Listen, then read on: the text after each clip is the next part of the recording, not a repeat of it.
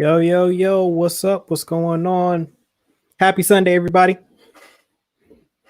Welcome to this first inaugural episode of Star Wars Sundays here on the Gumbo channel.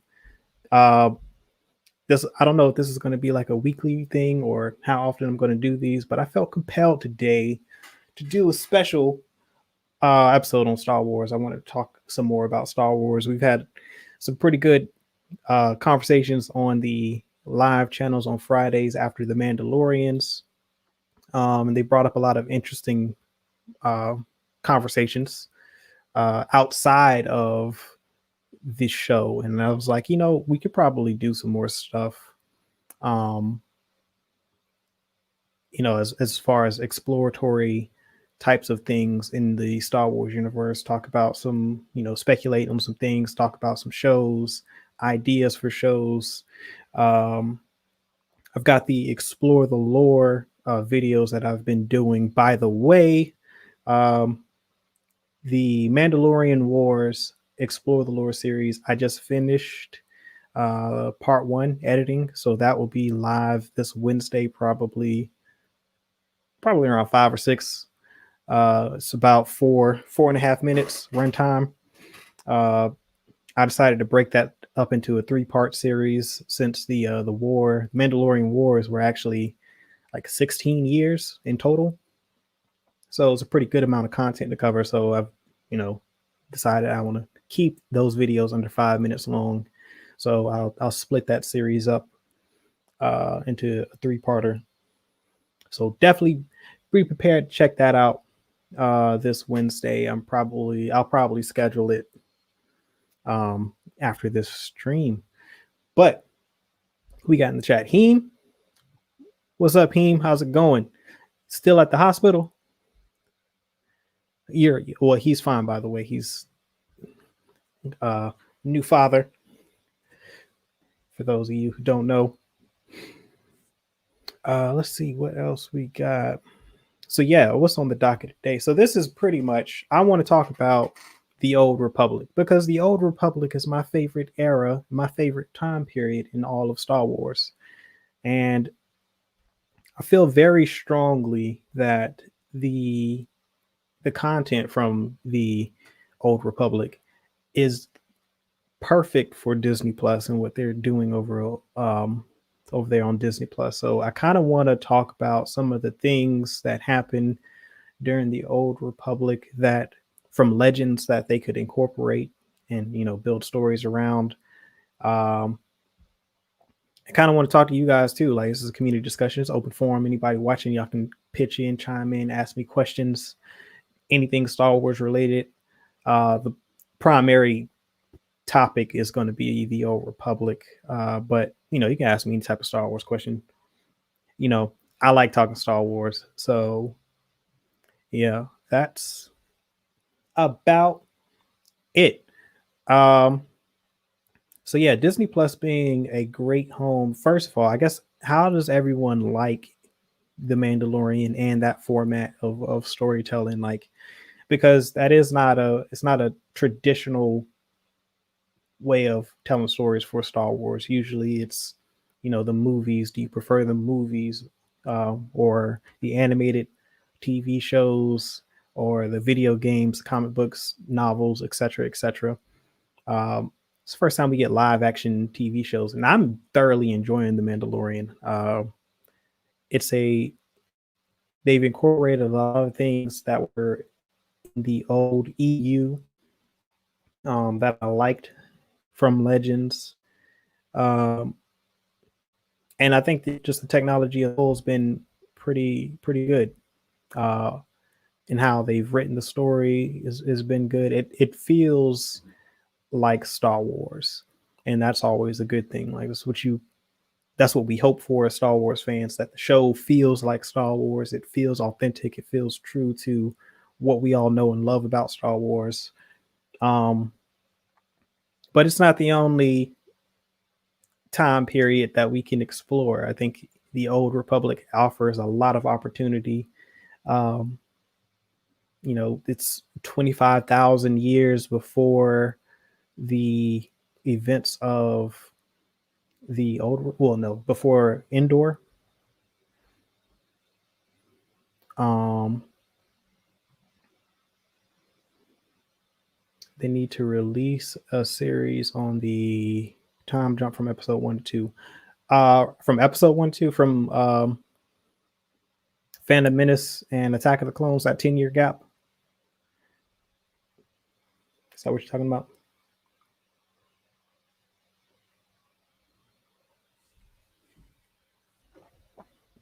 I would agree with that. They've done a comic book series on that time period, which was pretty good. It was a short run because in that, Anakin almost leaves the Jedi Order, and then he and Obi-Wan go on a mission, and he kind of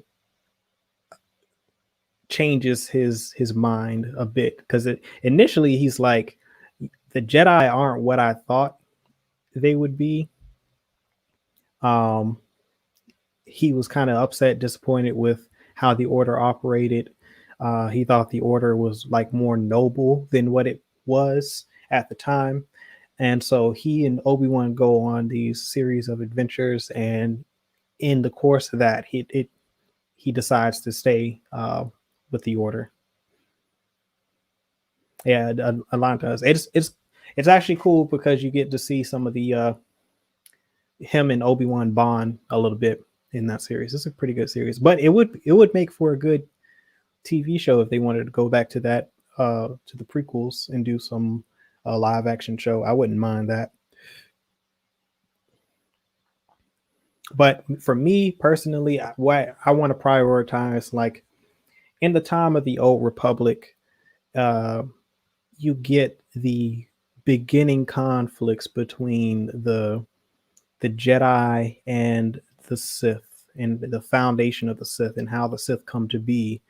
Um, During this time period, like the Jedi are really trying to figure out what it means to be a Jedi, like how they fit into this equation, like how should they be using the Force, because it's not like the same. It's not like the prequels, and it's not the era that we're familiar with, where the Jedi are pretty much, they're established, they're um, kind of stuck in their ways. They are uh, practitioners of the light side of the Force. Like during the Old Republic, like the founding members are basically monks, and they learn to use the Force in balance. They go to this planet called Tython, which is that in Legends, that's the ancestral homeworld of the Jedi Order. Um, and there are Tython is a planet where the Force is in perfect balance. There are these two moons. One is named Ashla, and then the other is Bogan. And the Ashla is the light side of the Force, and Bogan is the dark side of the Force. And uh, that's how the Jedi learn to use both the light and the dark for balance. Eventually, along the way, there are some scholars, some Force sages, some scholars that come along and feel like it is um, they're kind of divided on how the Jedi should go forward. Um, they are approached by diplomats from the brand new Galactic Republic, and they're offered a spot basically in within this new republic, this democratic republic, and the Jedi just um, fought a war with the Rakata species, which the ancient Rakata Empire were like this group of dark side Force users that built their entire empire with machines and technology that were run entirely on the dark side of the Force. And the Rakata ruled pretty much the entire galaxy for about 5,000 years. And a disease or a plague uh, infected the empire, and it eventually cut them off. This plague cut them off from the Force, and when it cut them off from the Force, they can no longer use their technology and their equipment. And because of that, a lot of the worlds and in places that they had conquered and enslaved, they began to rise up and rebel. And um, there was a conflict on Tython with some of these Rakata, and in that conflict, the Rakata fought the Jedi Order. And after the conflict, the scholars, these Jedi scholars, were kind of divided on how they should use the Force from that point on, because some of them leaned heavily on the dark side while they were fighting the Rakata. Some of them used the light side heavily.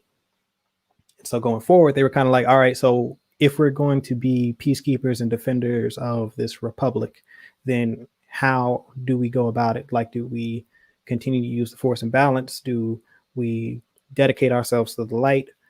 Do we use the dark? Like, so that's kind of why that era and that time period for me is very interesting.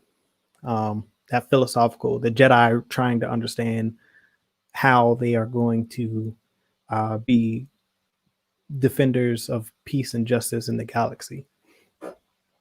Um, this conflict, this how do I want to say this divide really leads to a conflict where one of the Jedi masters, Rajavari, is leads his group of followers in an open rebellion against the rest of the Jedi Council, and they are defeated on Tython. They have this fortress. I believe it is. I think it's called Kalikori. I forget the name of it, but that's where they have their final stand, and Rajavari is defeated and his followers. And then this is a like a global conflict that happens across the entire planet of Tython. The Jedi also in this time period don't have lightsabers. Lightsabers have not been invented yet. So they're using vibroblades, and they channel the Force through their swords, through their vibroblades. And after they are defeated, the followers of Rajavari, the war left the planet of Tython in complete chaos because the Jedi did not use the Force in balance. So the conflict just, threw the balance of the Force out on the planet, and it created all of these Force storms, and the planet became uninhabitable. So the Jedi had to leave, and they went to this planet called Ossus. And hold on. So right, yep.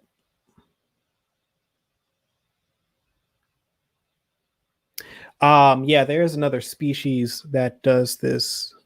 That there was a species that led the rebellion against the Rakata. I forgot the name of that species. But you make an alliance with with some of them in the Old Republic MMO.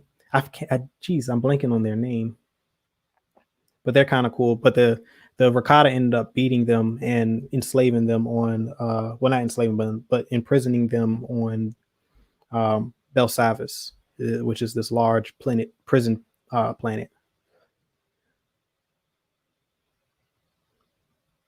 Yes, it is. It is. Certainly is. So yeah. So that would be like to me, I think that the Force Wars would be an interesting TV show concept for Disney Plus, like the first conflict within the Jedi Order that creates the the followers of Rajavari. These people aren't considered Sith. They're just fallen or dark Jedi. That would be cool. Like, you see these different ideologies of the Jedi clash and lead to open conflict. And eventually these repeated conflicts throughout the history of the Jedi Order lead to the creation of the Sith Empire. And like, you could do a multitude of series on that. Like, you could do a series on the Force Wars on Tython, which ends with Tython being left uninhabitable and the Jedi having to leave and relocate to the planet of Ossus. Um, I guess I'm not sure how this would be handled now in canon, since the ancestral home of the Jedi is Octo. I mean, I guess you could do this like the same story. It's just it's not on Tython, it's on Octo. And then maybe they go to Jeddah because Jeddah looks exactly like Ossus. It's Ossus was a desert like planet. I mean, it looked exactly like Jeddah. So I always assumed that in Rogue One when they showed Jeddah, I thought that was supposed to be Ossus, but they changed the name. Um, but interestingly enough, they're still Ossus and Tython are both canon, and they have temples located on both planets, and uh, the Great Library is also on Ossus, which was from the Legends. Like they built their first massive temple on Ossus, and they created this large archive during the Old Republic.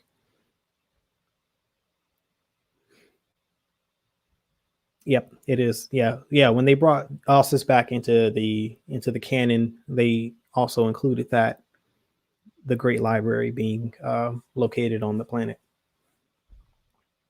Which I'm like, why would you? I still don't understand why they would bring Ossus back into canon, put the Great Library on there, but also create Jeddah, and it's basically they're almost the same planet. They're almost identical.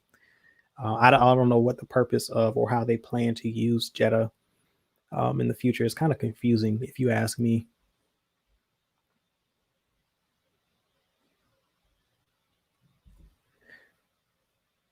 Um, but yeah, so that was the first major conflict, and then um, you've got the foundation concurrently with that event is the foundation of the Galactic Republic, where um, Coruscant, Alderaan, Duros, and I believe there was one other, or maybe one or two other planets that eventually join and become the founding members of the Galactic Republic, and the capital is on Coruscant.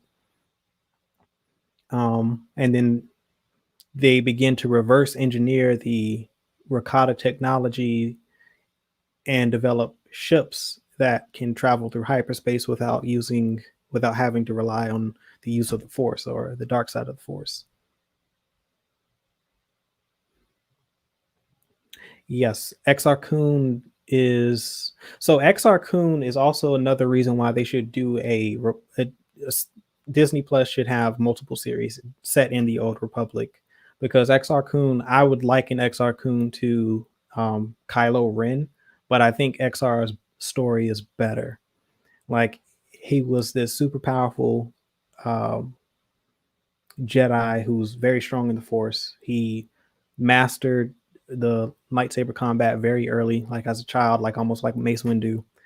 Um, and he believed himself to be invincible or invulnerable to the influences of the Force. Like he didn't believe that the knowledge of the light and dark side of the Force should be um, forbidden, like or any knowledge of the Force should be forbidden. So he sought um, out knowledge and forbidden knowledge that the Jedi had tried to hide, and that eventually led to him becoming a not well, yeah, a Sith. He founded. It's not the Dark Brotherhood. The Brotherhood of the Sith is what he created. There's the Dark Brotherhood, which is later in the timeline. That's what creates.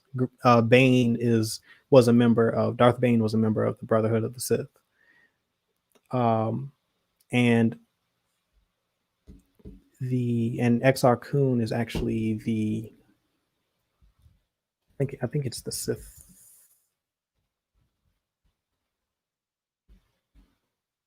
Brotherhood.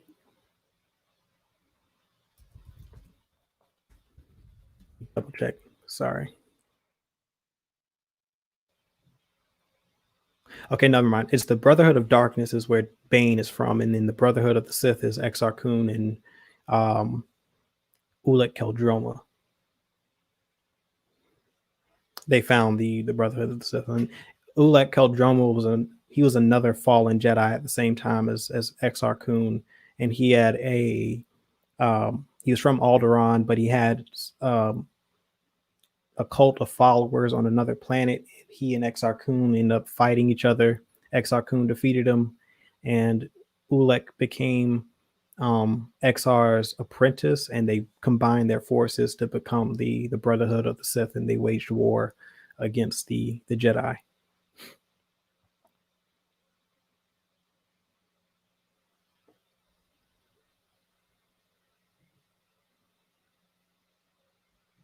Yeah, yeah. So he doesn't become he's not a traditional Sith. Like he kind of sort of he blurs the lines a little bit. Like he just doesn't look at the force as light and dark. He believes that the knowledge of the force is like that's the only thing he cares about is just one being the most powerful force user in the galaxy, and in order to achieve that, he's got to know everything about the force, and that's his pursuit. Uh, so he's not a Sith in the traditional sense, like because he will use all aspects of the force. Um, but he's definitely influenced by them. This is um, that conflict takes place after the Great Hyperspace War, which I probably will do a series on that. I'll do an Explore the Lore series for sure on the Great Hyperspace War.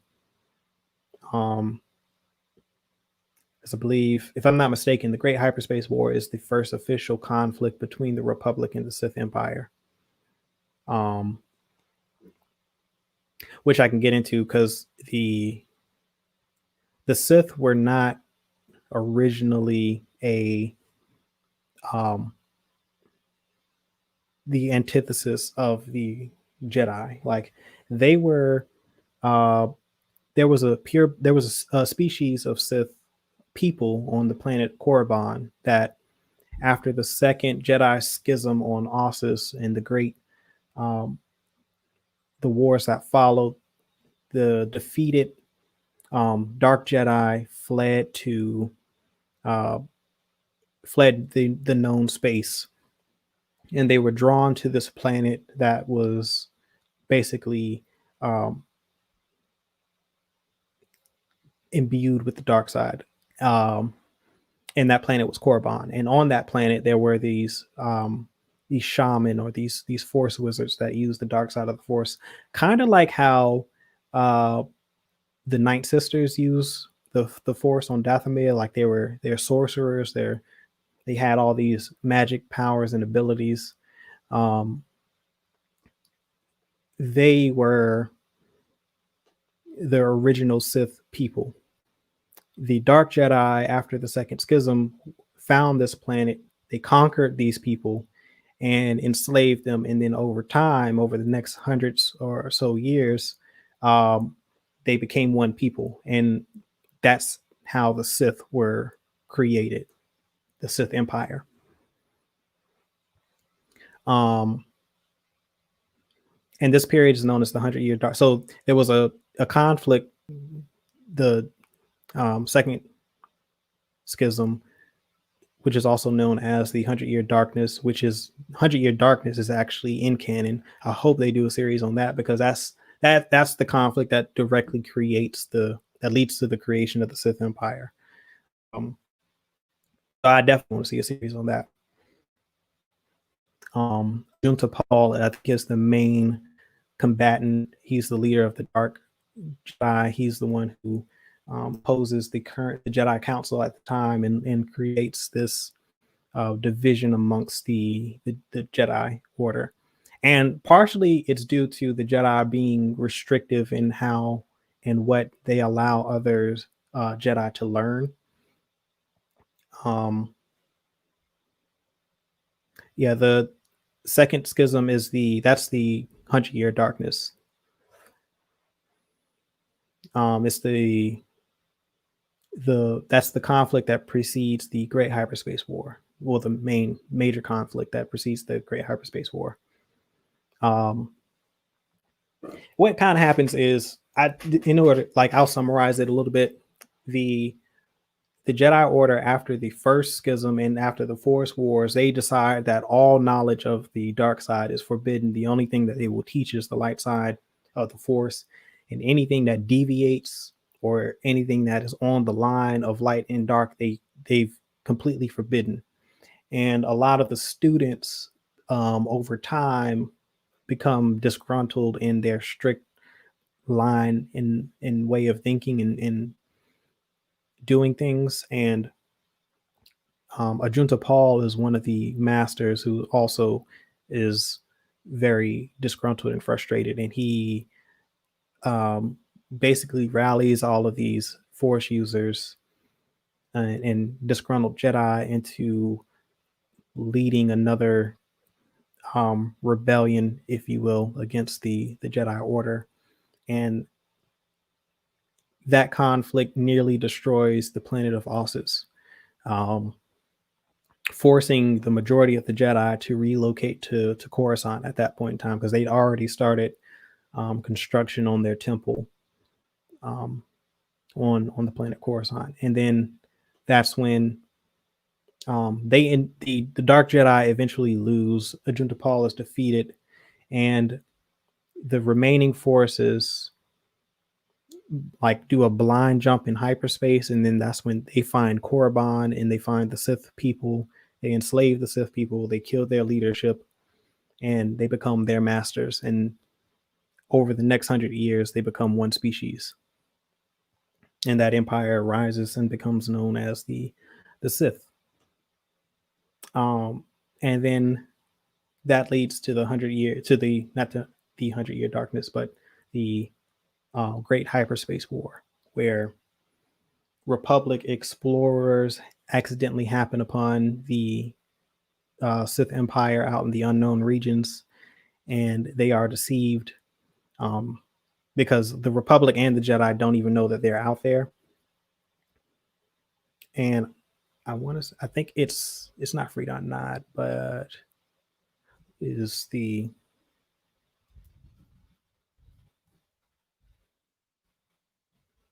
Sith leader at that point in time.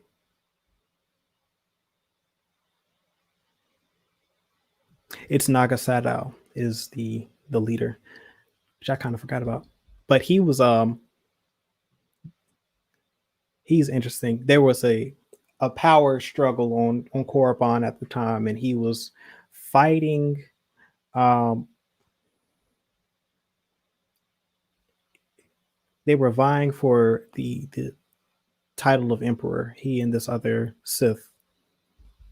Um,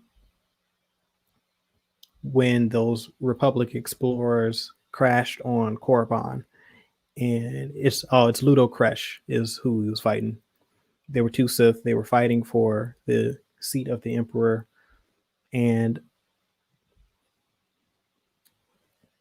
that conflict leads to them being after they find the Republic um, survivors, they imprison them, and I mean not the survivors, but the explorers. They imprison them on Korriban, and um, what's his name? Nagasadao fakes their escape. Like he helps them escape, but he stages it to look like the Republic invaded the planet covertly and broke the explorers out. And after they got away, he goes back and tells the Sith that basically the Republic attacked them and that they have to go to war. So the Sith and their army board their ships and they launch like a strike on I think they attack Coruscant directly. Yeah, they were two Jedi. They weren't. They no. They were. I mean, no. They were not two Jedi. They were Republic explorers. Like at this time, this is the golden age of the Republic. So they were expanding their borders. They were looking for other planets to join the Republic in the Galactic Senate. um, and that's when this happens.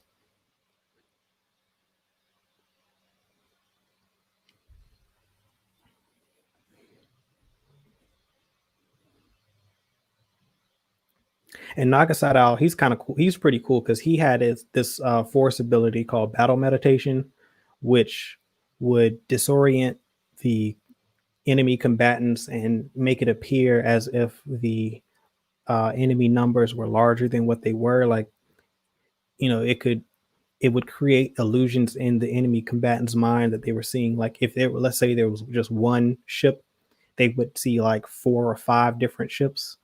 Um, if they were being attacked on the ground by ground forces, they might be one platoon, but they might see 5 or 6. Like, it's a crazy uh, ability, and it's super powerful. And um, he used that and during this conflict, and they had almost conquered Coruscant when his apprentice turned on him and began to fire on his flagship, breaking his battle meditation.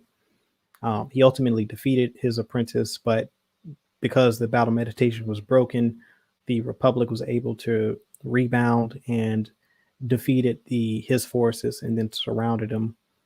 So that was also, once again, that's another great conflict that they could do on Disney Plus. Yeah, yeah. So it enhances it boosts morale. Like, it doesn't. Um, it keeps your troop morale at like a all time, like a super high. Like, they don't get fatigued. Uh, it's a very powerful um, force ability, and it's not light or dark because Bastila and I think Satil both use battle meditation, but they only use it to bolster the morale of their troops and the forces that are fighting. Um, Naga Sadao used it like he had them like he basically warping the minds of his opponents and making them cower in fear, and just would constantly torment them with false images and just things that really weren't there. It's an interesting ability. It's pretty cool. Um, that would be an interesting thing to see in live action. Uh, now that as I'm thinking about it, how battle meditation will work in that format.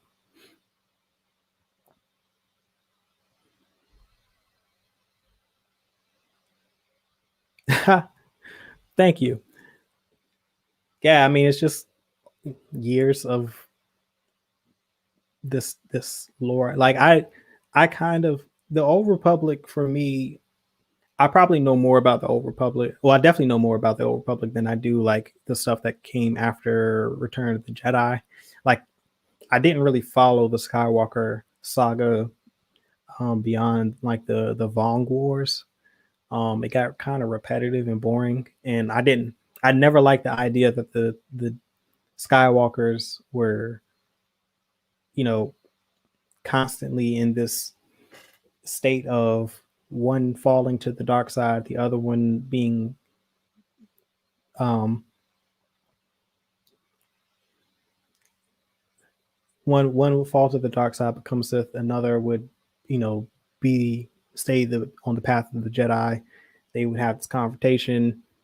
One would go to the Imperial remnant and try to bring that Imperial remnant back, or try to bring back the Sith, and the other, either whether or not it was a brother or a cousin or the other Skywalker relative, would end up defeating him, and it was just kind of sort of perpetuated for like the next, I don't know how many years. So I just never that never interested me.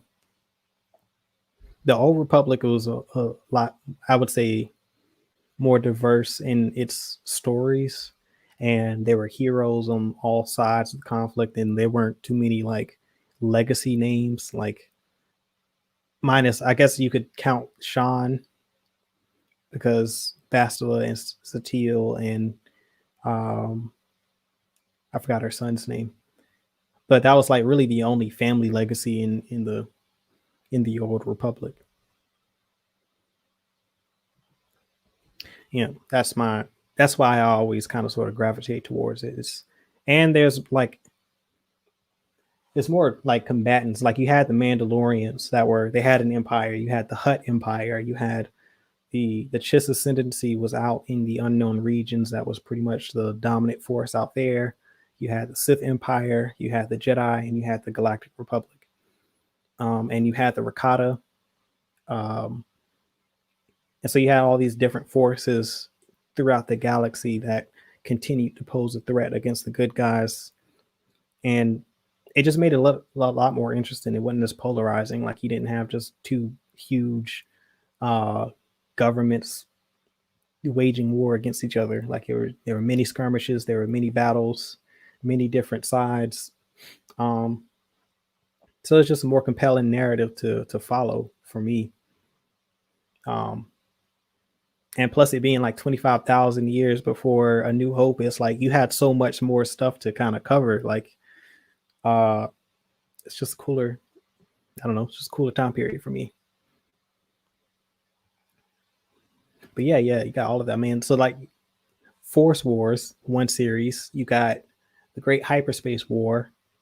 Um, any of the I would say the Force Wars. The you could maybe do the Rakata Civil War. That was like the last conflict with the Rakata Empire before the birth of the Republic. The Hyperspace War, of course, because that's the first conflict between the true Sith Empire and the Republic. Um, and then the next major conflict is the Mandalorian Wars, which I'm doing that 3-part series for Explore the Lore. Part one coming out Wednesday. That's another major one that they could do on Disney Plus. Like that's one of the largest conflicts in galactic history. It's a 16-year war fought between the Mandalorians and the Galactic Empire. I mean, Galactic Republic. Revan is canon, but um, my thing about Revan in his story, I would hope that they change his story so that it isn't a he doesn't. I don't want him to be redeemed in the end because to me that always takes away from uh, Anakin's redemption. Um, the Jedi were so adamant about, once you fall to the dark side, forever it will consume your destiny. Like to me, it makes sense for there, like just to not be any examples of a Jedi going to the dark side, becoming a Sith Lord, and then coming back to the light. Like, um, that's what I would like to see. I would like it when I think the Battle of Malachor is where his story should end. Um, Possibly, unless I don't know. It depends. I don't know. I don't want to see a redemption story for Revan. It was cool in the video games, but I don't. I think it always to me it always takes away from Anakin's legacy. Yeah. Now anyone being redeemed after Anakin, I'm fine with, but like I think because of how adamant the Jedi Order were about, you know, being cautious of turning to the dark side, and that fear of someone falling and it forever consuming their destiny. Like I think primarily that is because there's no examples of it in their history. Um, and so like to have a Revan would mean that like I don't know, it devalues that argument for me way too much. It doesn't make sense. Especially with I mean Anakin and Revan are pretty much the same character anyway. Like very powerful in the Force, um, idealistic, don't see eye to eye with the Jedi Council, which leads to that division, which inevitably leads to both of them falling to the dark side. However, I think the difference should remain that where Revan died, basically a Sith Lord or a dark side Force user, Anakin died after having been redeemed.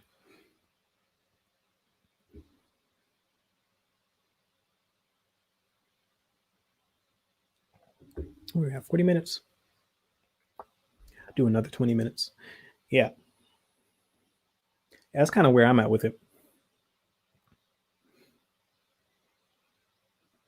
Um, what else? Now, the Mandalorian Wars, I would rather see a Mandalorian War series than a Jedi Civil War series because the Jedi Civil War is basically Knights of the Old Republic video game. We've seen that. Like, I want to see the war that preceded that, which is the Mandalorian Wars. Like, that's what gave Revan his infamy. That's a more compelling story, and also because it ties directly into the Sith Empire. Because if you don't know, the Sith Emperor at the time was the one who kind of manipulated things behind the scenes and convinced the Mandalore to wage war against the Republic. He convinced him that he could defeat the Republic and rule the galaxy. Um, he convinced him that the Republic was weak and that the Jedi protectors wouldn't pose a serious threat to his forces. Um, so like that's the underlying caveat, and that would be a cool like season finale or series finale reveal because it ends basically Malachor 5. That's the last battle. The Jedi are it ends kind of sort of in a stalemate because Revan activates the mass shadow generator. It destroys a large portion of the Republic forces, the Jedi on the planet, as well as the Mandalorian forces. Um, but because he defeats the Mandalorian threat, it's a Republic victory. Um, the Republic forces return to Coruscant, and the revanchist um, head off into the unknown regions where they confront the Emperor and are defeated and are turned to the dark side of the Force. It is also the conflict that creates Darth Nihilus. He is on Malachor 5 during this battle. Now, it would be interesting if he was a Jedi fighting and he just survived the mass shadow generator being activated, which would be wild. Um, I definitely want to see that. Um, they got to bring Nihilus into canon. Like we got to get a Nihilus story. I think Nihilus is one of the most compelling Sith lords in the history of Star Wars.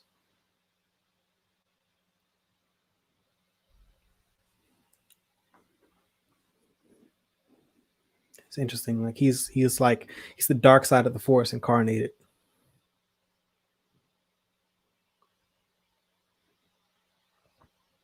So that would be great.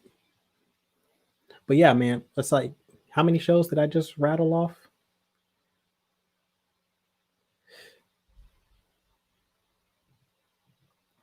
I think they allude to the Mandalorian. I mean, they definitely allude to the Mandalorian Wars in season 1 of the Mandalorian, like the battles of eons past, that whole spiel she gave to Mandalore to Din Djarin. Um, I mean, there's no other conflict that she's referring to than that because that was a huge conflict.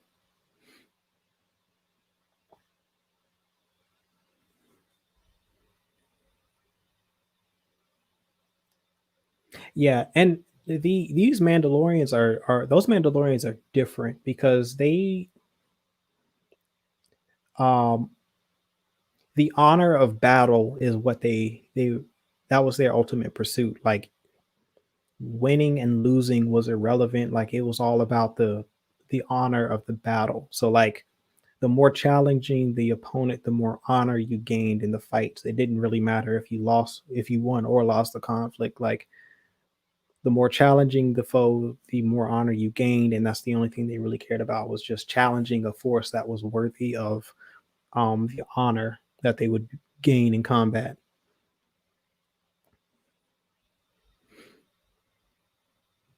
So I that's a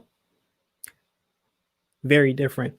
And to me, that aspect of the Mandalorians is more compelling than especially Death Watch. Like Death Watch, they were just out for vengeance in uh, against the Duchess Satine. The old Mandalorians, like they were basically, I mean, they were just Spartans.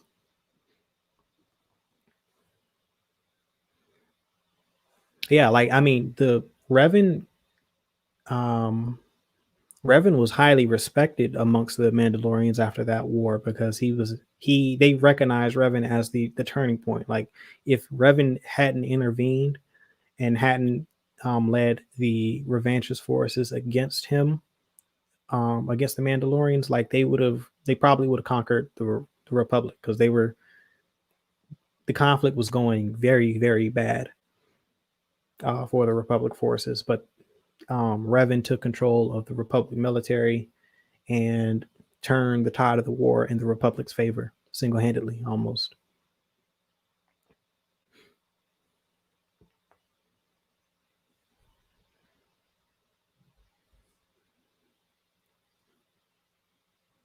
Always, always.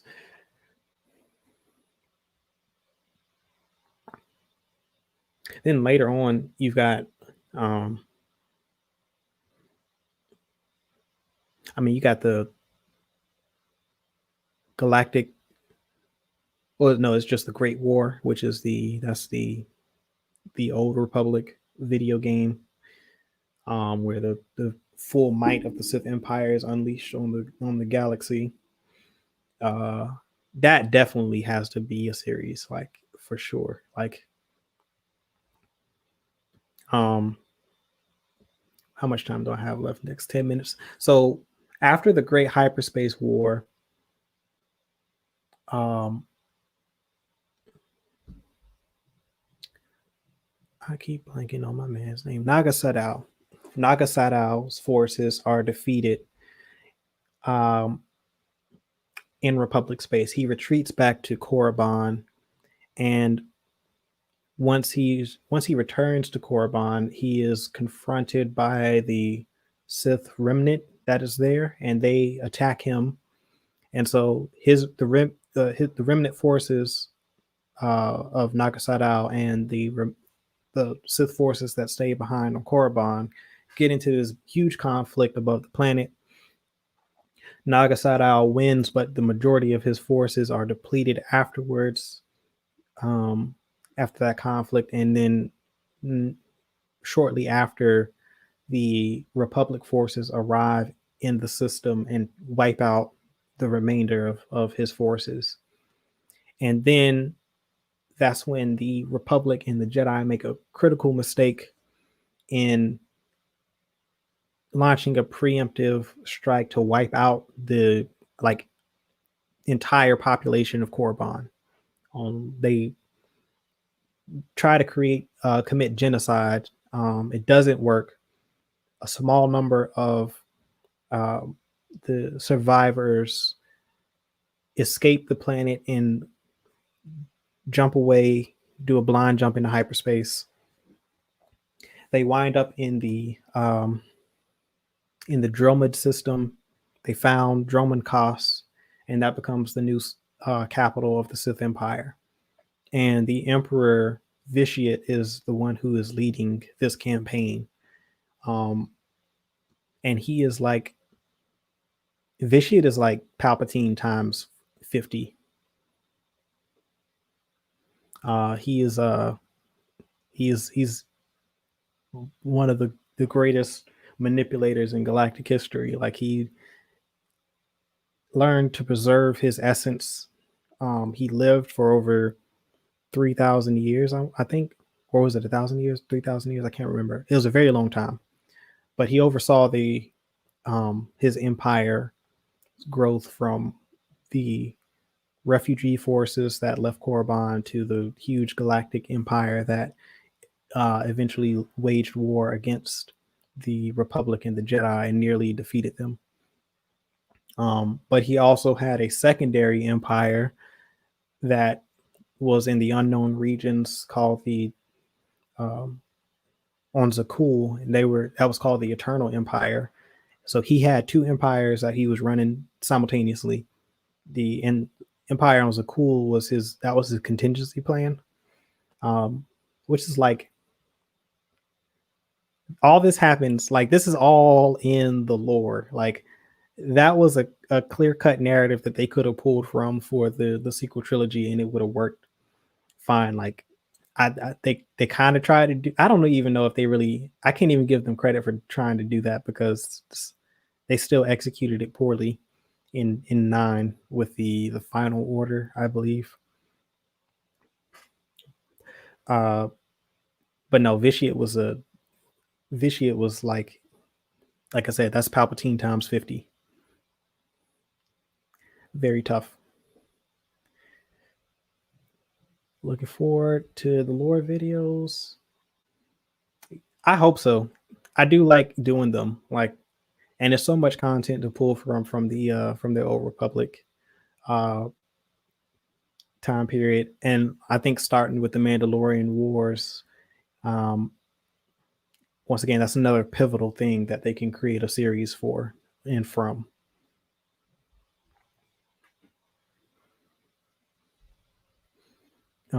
Yeah, the Force Wars on Tython to the Great Hyperspace War, the 100 Year Darkness would be a great series to do.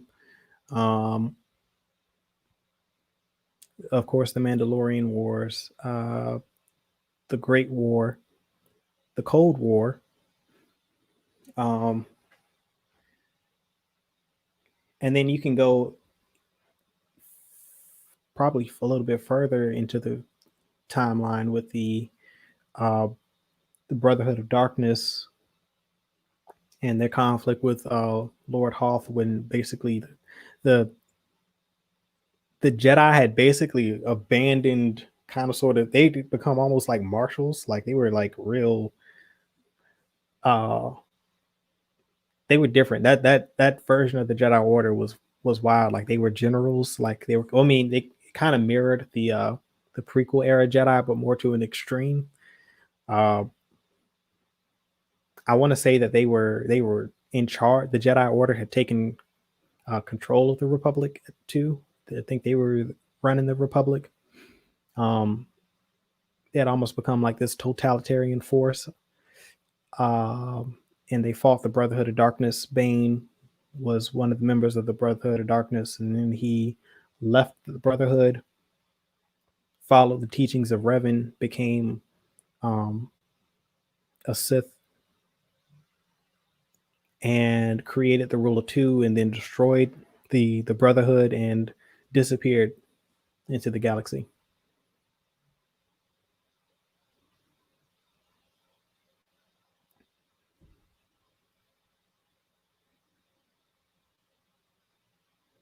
What's up, Sith?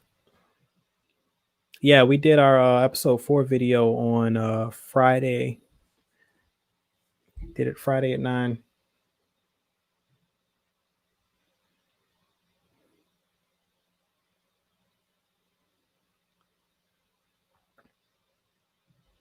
Yeah, there are a lot of connections that they're making. And like, see, I know it's authentic because Filoni is working on it. So he knows a lot of this stuff. Like he's pulling, like him pulling stuff from Dark Forces, like it's because he knows those he just knows the lore. Like he knows what was in canon. He knows the Legends material, um, the Dark Trooper stuff, the clones, like all of that stuff. That's coming from Dave, and then of course, Favreau is working with him to try to fit it all into the story, into the narrative, and it's working phenomenally, in my opinion.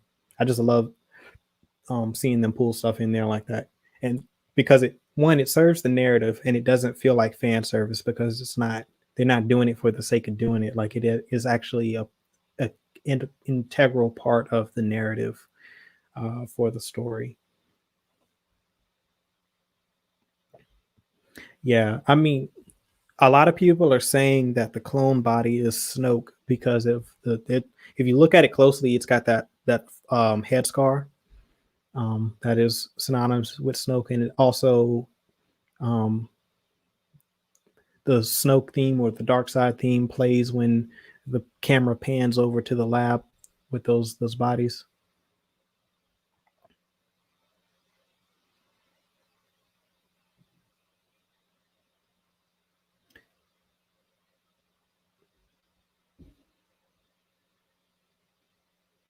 Heat my theory if the Mando meets Ahsoka. What? I'm not sure what you mean by that.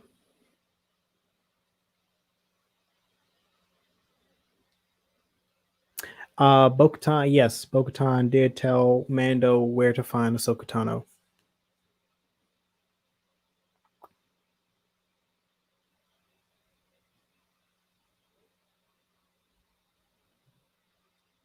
Yeah, as far as we know, last we heard from Ahsoka, she was adamant that she was not a Jedi, or at least um wasn't following the code.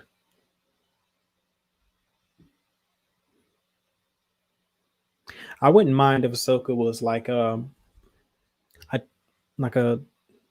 one of the Guardians of the Wills, or if she was trying to bring back the Guardians of the Wills. I think it would be beneficial for them to create other um, dark side and light side Force users, different orders, different sects, different you know ideologies that don't all follow the teachings of the Jedi.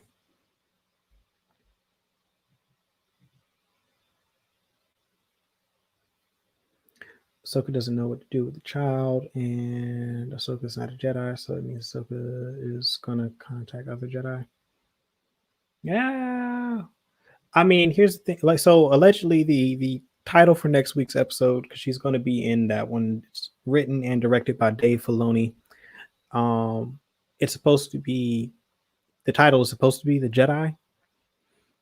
Um, and it's supposed to be a 58-minute episode. The thing about the Jedi is also is both singular and plural, so it we 100% expect her to be in this episode. She's this is the only episode that Dave Filoni is directing, I believe. So this is, of course, going to be the one that she shows up in. Probably won't be the last episode that she shows up in, but um, yeah, there's a strong possibility that she has, in her time away, created her own version of the Jedi or created her own order. So like I definitely wouldn't be opposed to her being a Jedi, but I'm not also opposed to her being creating her own order. I probably would much prefer her having created her own order uh, of light side users. The rumor is that the title of the fifth episode is called "The Jedi." Yep, yeah, we're gonna get another an hour long episode. Episode one, I believe, was 58 minutes, so it should have the same runtime as episode one. Well, chapter 13. Was that chapter? No, chapter 10. Yeah, no, or 9. It was chapter 9, right? Yeah, chapter 9.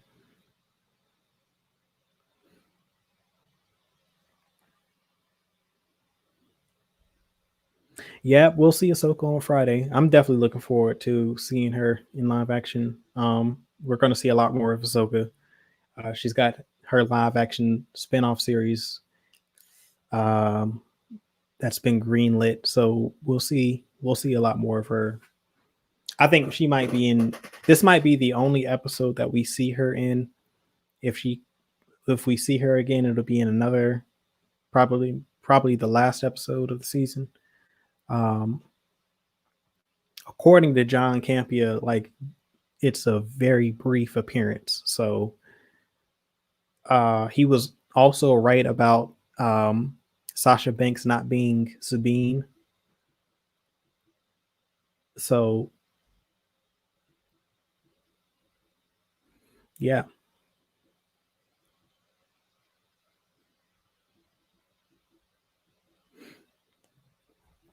Okay, well that's my hour. appreciate everybody for joining. I'll probably do another one of these next week. I'll see if JBM can join too, because he's right now he's taking a test. He's studying for an exam he's got to take tomorrow, so he couldn't hop on. But I'll be back next weekend to talk about it. Hopefully he can join as well. Either way, I will be here next Sunday. I'll figure out another topic to talk about. This was fun. I had a blast, and like I always, you know me. I enjoy talking about Star Wars. So anytime I can do this, I'm game. But yeah, make sure you check out Wednesday, probably around 6 or 7. Check the channel. The part 1 of the Mandalorian Wars Explore the Lore series will be dropping. So make sure you go check that out. If you hadn't seen our review of episode 4 of the Mandalorian, that's live on the channel. That came out. So definitely go check that out if you want to hear our breakdown of it. JBM and I. It was a great conversation. And then the cookout this past Saturday, we talked about a lot of things. Talked about a lot of things. Mainly, it was a Marvel heavy discussion. We also talked about the possibility of Queen Shuri or Black Panther, or Shuri being both Queen and Black Panther. So, yep. Appreciate you all for joining me. As I always say, peace, love, blessings, and may the force be with you always.